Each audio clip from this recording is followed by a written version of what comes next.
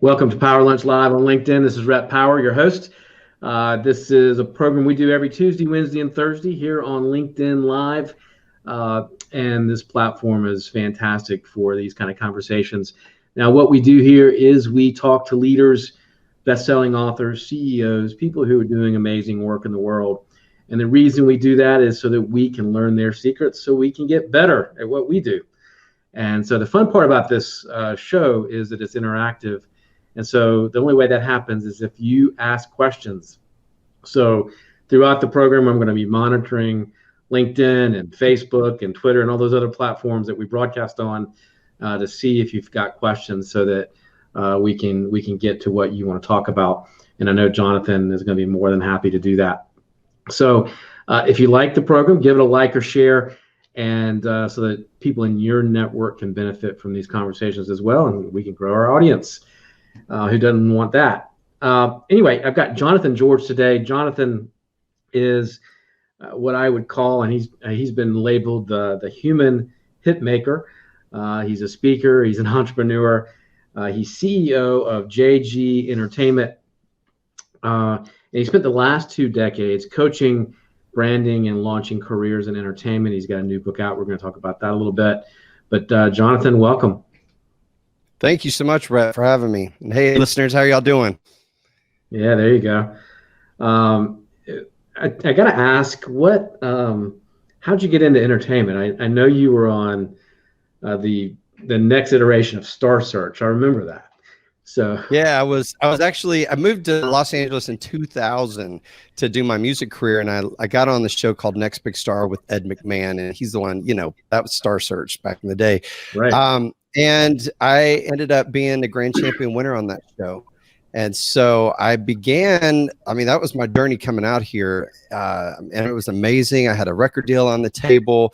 So much was going for me. It was like the pinnacle of my career, something I've worked for so long.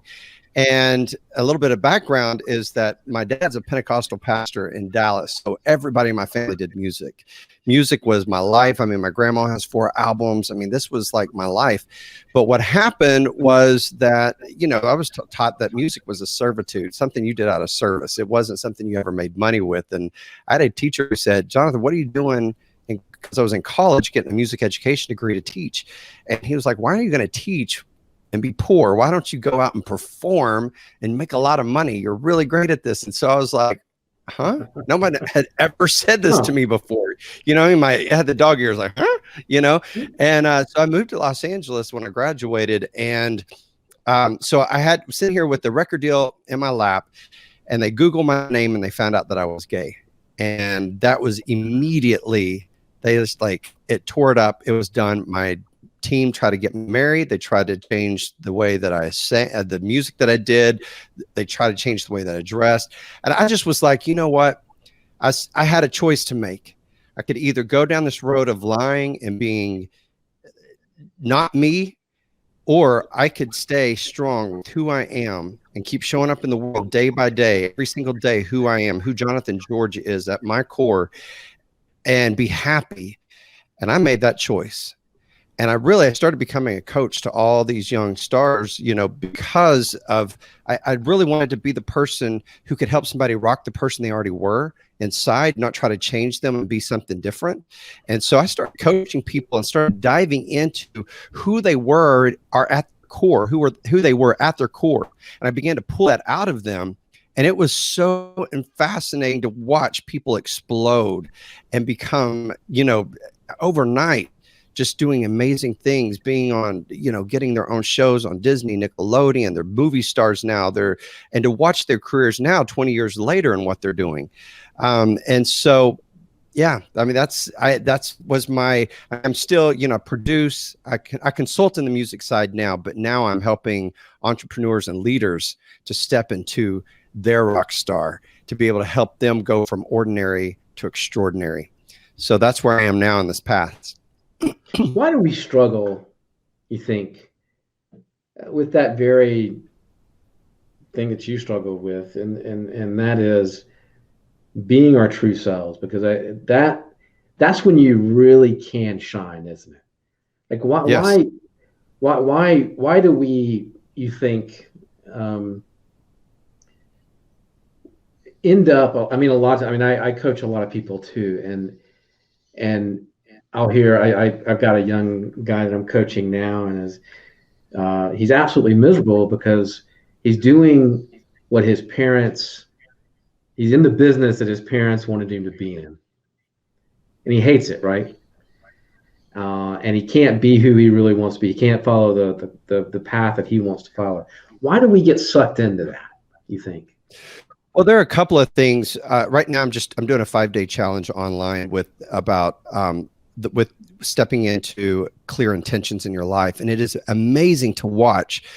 The first thing is that people don't really know what they want in their life. They don't have clarification for those intentions. And those who do have clear intentions, they're like, this is what I want, is that they like, for me, I was like, I'm not good enough. I mean, this was something, here I am sitting with a record deal on the table and being told I'm not good enough to be able to have it. Then secondly, I go back into thinking and sitting there thinking about my past and being a child and being bullied, relentlessly bullied for being a creative kid, not being this athlete. I was extremely gifted as a kid, but people, because I didn't play sports like my siblings, then you're called sissy, a faggot. I didn't even know what these words meant. I just knew that it felt like I wasn't good enough. Right? Nice. And then my dad being a pastor and everybody in my family being ministers, I was so spiritually abused as growing up, being told I could never fulfill my purpose. I could never walk in my blessings. I couldn't go to heaven. I mean, that's the only thing that we achieve it for in life. We strive for is to, go to heaven, to have the ultimate life. And so again, you're not good enough. And so many of us, and that's my story and that's my path, but Rhett, I guarantee you and every single other person, we all have our path of something that somebody said, something that somebody did to us that we're not good enough. So we have all these fears that we carry on with us as kids that keeps moving up and moving up and moving up. And until you realize where that comes from and you can forgive and let go of that, move past it and start taking actionable steps to making your dreams come true, man, you will be stuck in that fear. And I broke through mine.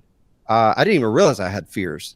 I didn't even know they were there until last year. And I kept saying in my career, I was like, man, why am I hitting these glass ceilings? I can see what's on the other side, but why can't I reach it?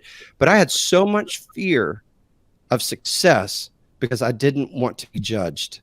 I spent my life being judged, and I didn't realize that I was holding myself back. I was holding my clients back because I was like, we're not good enough yet. We're not good enough yet. We're good enough yet. Right. And yet, they have their own shows. They're being signed to Universal and all the different labels.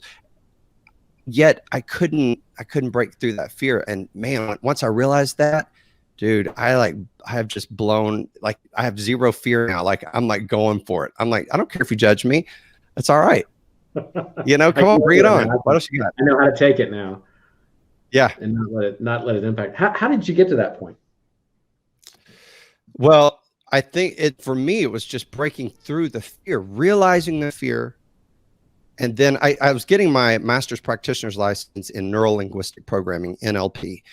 And it just helps you to be able to see things differently from a different perspective so that you can move past things through fears, through issues in your life, your past backgrounds, whatever. And it's just a powerful tool. I was ready for it. I wanted to break through that fear because I know where I'm supposed to be going. I know the clear path and the clear intentions that I've set for myself and what I feel the calling in my life to help people in a great way. And how can I help people when I'm still holding on to this junk in my life? So I'm like, come on. So, I mean, I literally broke through it, and it has taken me to a whole nother level in my life of happiness, actually. My guess is that if you think fear, and I know that you've said it before, is that overcoming fear is the number one obstacle to achieving what it is you want to achieve. How do you find, let me back up a little bit. How do you find a purpose? Because I think that purpose is sort of equally hold you back, because without purpose, you don't have confidence. So Correct. How do you get that purpose, number one, and then because I think that also helps you get over the fear too, right? Right.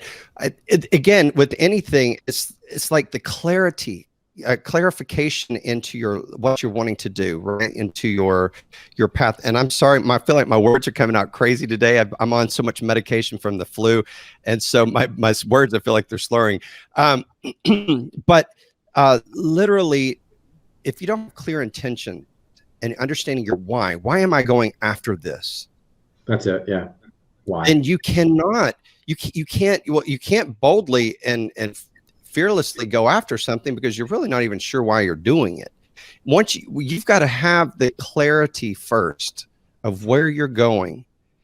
And when you get that clarity, then that's usually when you got to break through the fears. But if you have a why in place and you set actionable steps towards that every single day to getting to where you want to go, then you can just start breaking through things quickly, even when you may still have that fear, and that fear may always be in your ear. At least you're taking actionable steps every day to break through those things. And here's the, go ahead. Go ahead. I was just going to say, and the thing is, it doesn't matter if you're, for entrepreneurs, leaders, CEOs, if you don't have a why and a strong purpose for why you're showing up every single day, you cannot make the kind of impact that you're wanting to set for people. You're not going to be able to make an impact and really deliver, and you can never be quite successful if you're not understanding your why and your purpose in showing up and what you're doing. Yeah, I wrote an article for Inc. about a year ago or so, and I believe that purpose has everything to do with performance, right? I mean, yes. If you're not clear on the purpose and the why, then you're not going to perform at your best. Your team's not going to perform at their best. And I think it's kind of an inherent thing to want to understand. It's kind of a human nature, isn't it, to want to understand why you're doing something, whatever it is, Correct. And I think you're absolutely right. So you get to that point, you've got your why, and what you were saying is you get to this glass ceiling where you keep bouncing your head against the wall, and you're kind of stuck, and you say, God, I can see where I'm going, I know why I'm doing it, but there is something else that's not working.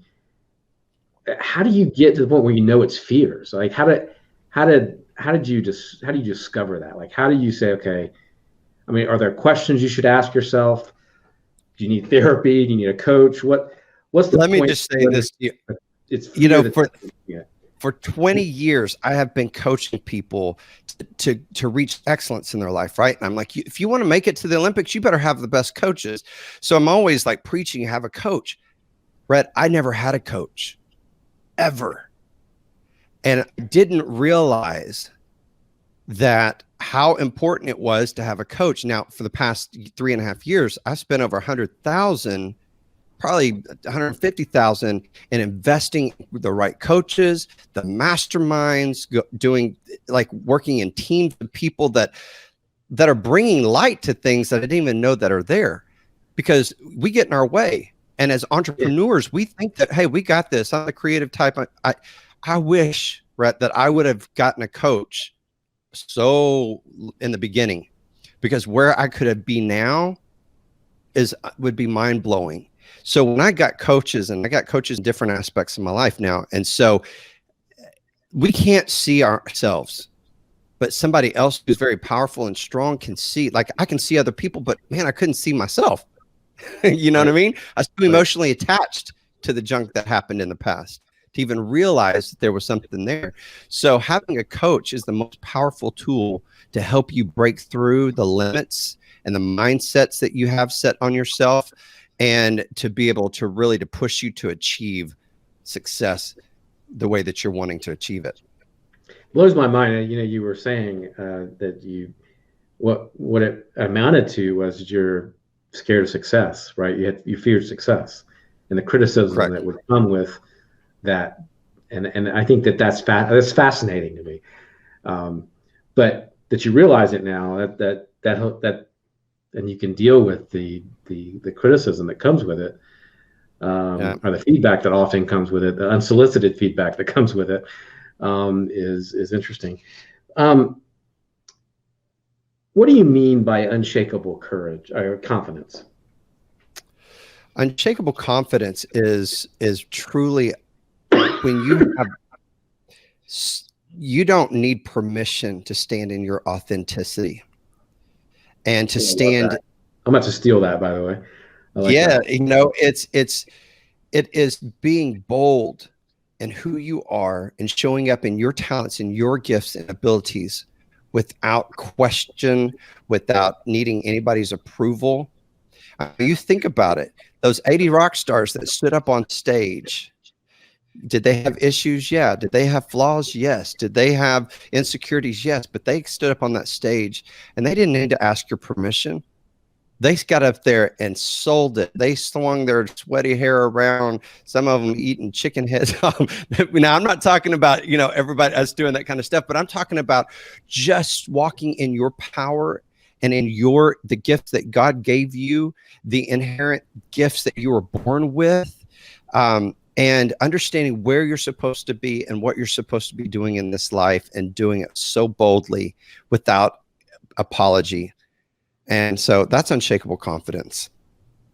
Okay. How do you, what's your process for getting people there?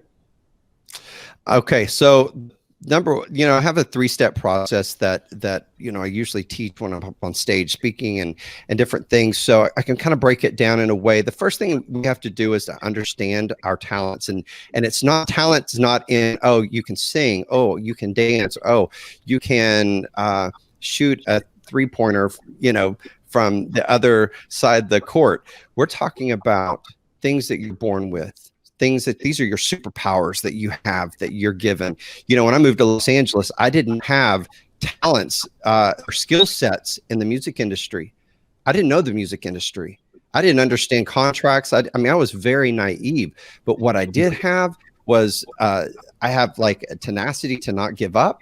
I'm so creative that if you tell me no, I'm going to create 3 reasons why you're going to give me yes.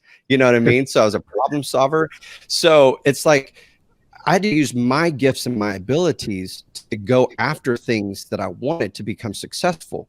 So it's, you know, everybody's born with certain powers and superpowers. And so that's the first thing that we have to do, is to reassess what your talents and gifts are. And so that you know how to go after what it is that you want and go from ordinary to extraordinary. And the second thing that we go after is understanding your flaws. Mm-hmm. Now, there are going to be flaws in your life that are going to keep you back. I mean, if that's addictions, if that is laziness, I mean, there's certain flaws that will keep you back, but there are things that, you know, certain things that you might just have some issues or whatever. You look at Demi Lovato, and this is what I call being flawsome, is understanding your flaws and still being awesome. So it's flawsome, right? So you look at somebody like Demi Lovato, who has major addiction issues. She has eating disorders. She has, you know, some different things that she has going on in her life. She steps up to the plate and says, hey, this is what I'm going through. So what she's done is she's disempowered the media. The media can't sit there and own her. She owns it. She owns herself.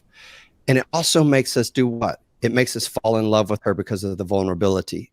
And so this is like, I mean, when I'm working with leaders, when I go into big corporations and I'm teaching leadership and I'm working with the leaders and they're like, what do I do? I'm like, you've got to be vulnerable. You've got to realize that you do not know all the things to do. You're not strong in every area. So just own up to it that you don't have that skill set, or that you may have a flaw in this area. And you can ask your team, hey, listen, this is not my strong suit. Who wants to take this? You've made them fall in love with you, because I guarantee you, when you try to own that you know everything, you micromanage it, man, people can't stand you, right? So it's understanding that, and you're also allowing that team member to stand up in their power and do something that they're great at.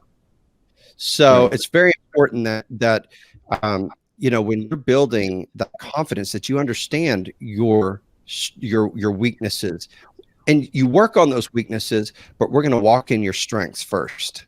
You know what I mean? So while we're walking in that power, understanding your gifts and your strengths and your skill sets, we're going to walk in those things and show those first, but also understand what our weaknesses are. And the last thing that we talk about is we have to understand the authentic you. And this is personal branding. And this is what, everybody talks. I didn't realize that I was a branding expert. It was just what we always have done in music, right? So, like one of my girls was just on American Idol this last season, and Harper Grace. And so if you look her up, she is labeled the world's worst national anthem singer when she was 11 years old. And I mean, it was horrible. It was the saddest thing. It was awful. She literally, when she came to me, she didn't want to sing anymore, but she's a super gifted kid. So we got clarity on who she was and what she was wanting. When she's 15 years old, she shows up on American Idol. What is the first thing that you think that they showed? Was that national anthem. Yep. And so from 11 years old to 15, we worked on her personal brand, her story, saying, hey, listen, this is your part of your history. You've got to own up to this. We got to talk about it, and you've got to own your talent and your gifts. And she is so funny and humorous. So I was like, let's face it with your humor. Let's move past this, right? And so she took ownership of it. And so could have been a really stronghold in her career, she took it and she was humorous with it. Now, she didn't make it on to the top, to the final round on American Idol. However, she was the #1 watched video that year. And they asked her to come back and sing with the top 3 final night. That's the power of owning who you are and owning your story. And as an entrepreneur, as a leader, if you can own the power of who you are and your backstory, then it makes people fall in love with you because they can relate to you. Yeah. You're not trying to hide something and shield away the world from who you are, because when you do that, it creates a distrust. It disrupts the community. Yeah, it's so important that you know who you are and to own up to that and step into that power.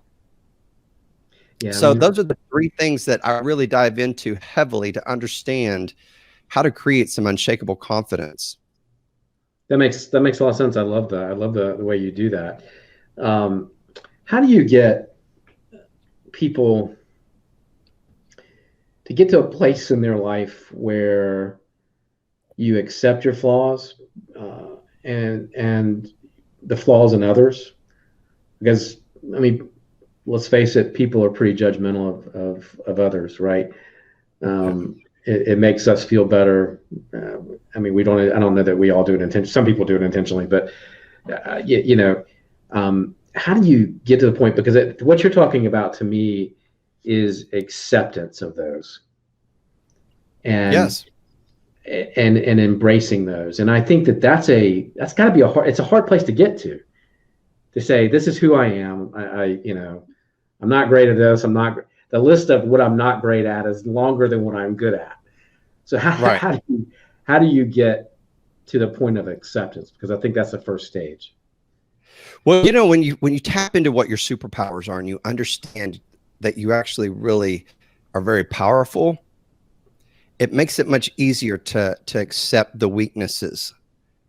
But now, if you're showing up in your weaknesses every day and not walking in your power, that's the reason why we got to get you to walk in your power first, so that we can understand these weaknesses and realize and just own up to it. It just makes it so much easier.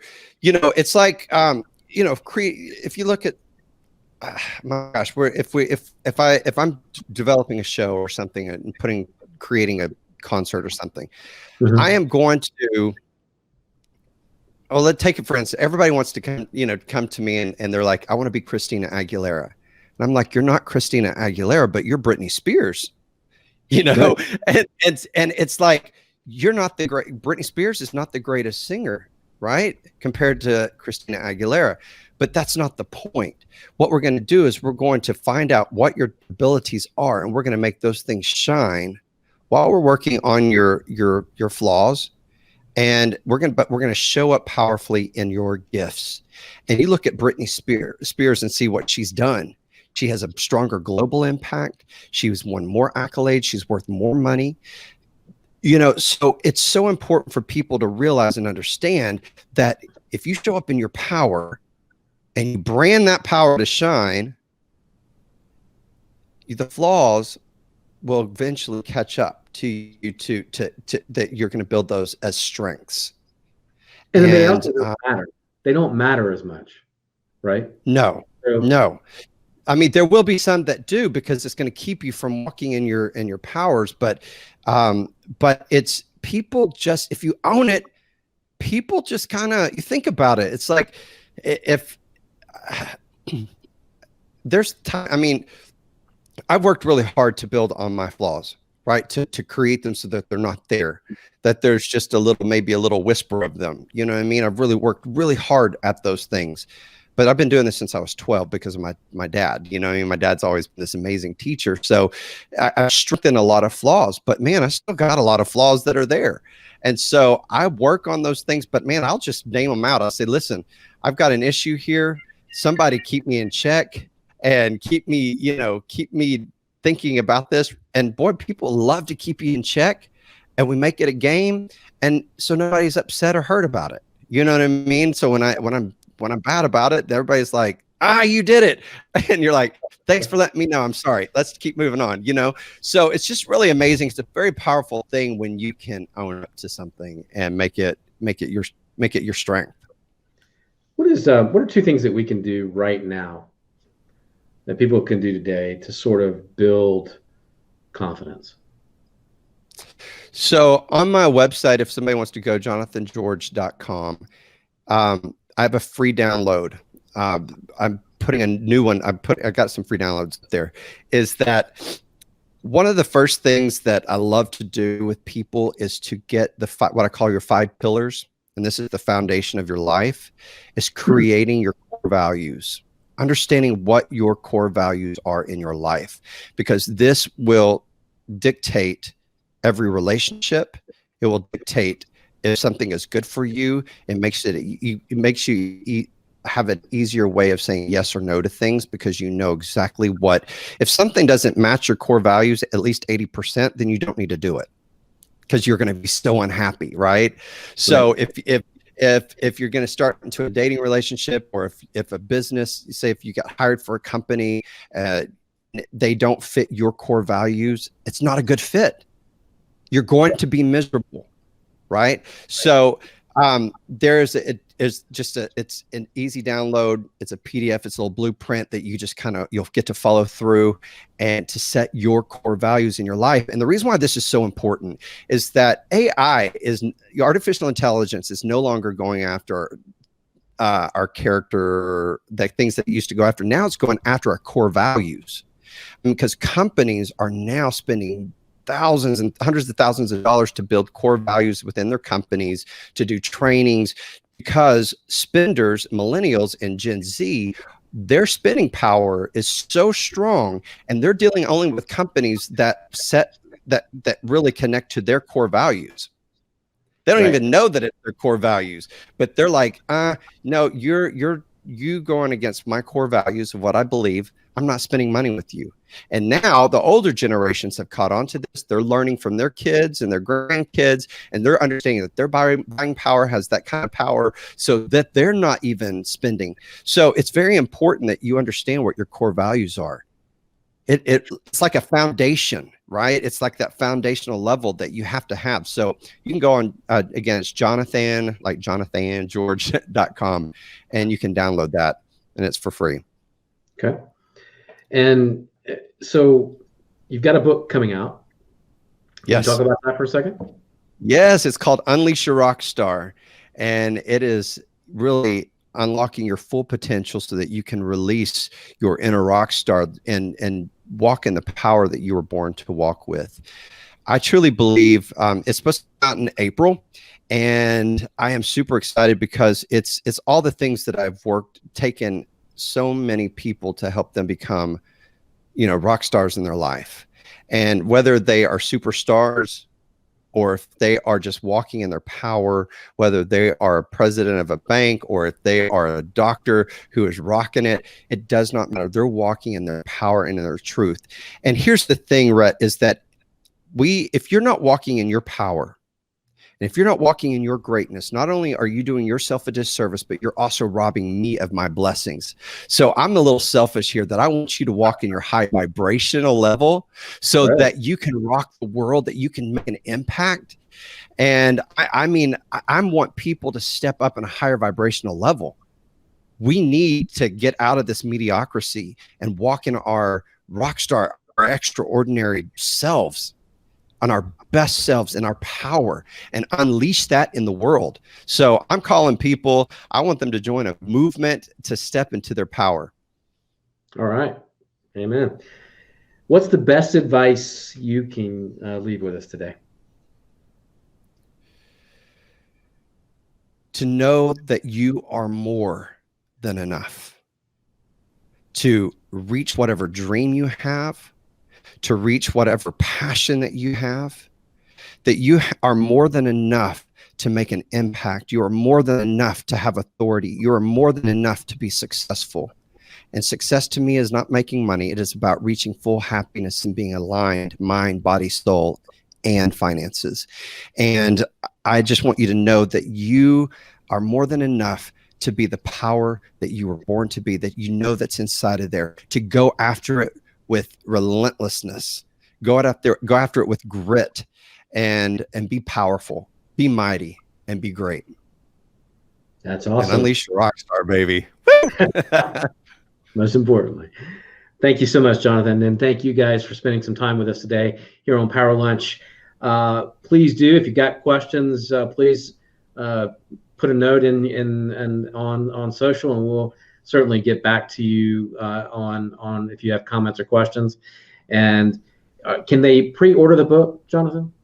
You could go sign up. Yeah, it's good. There's on my book on the first page of the website, they can just sign up for it, and I'll send them a link, and they're going to be able. I'm going to be giving the book away for free for your listeners, so they can just go on there and do that, and we'll send them a free copy. All right. Thank you. I appreciate that. You're welcome. And again, thank you for spending some time with us here on Power Lunch. You can go to the website, powerlunch.live, powerlunch.live. You can see the upcoming schedule.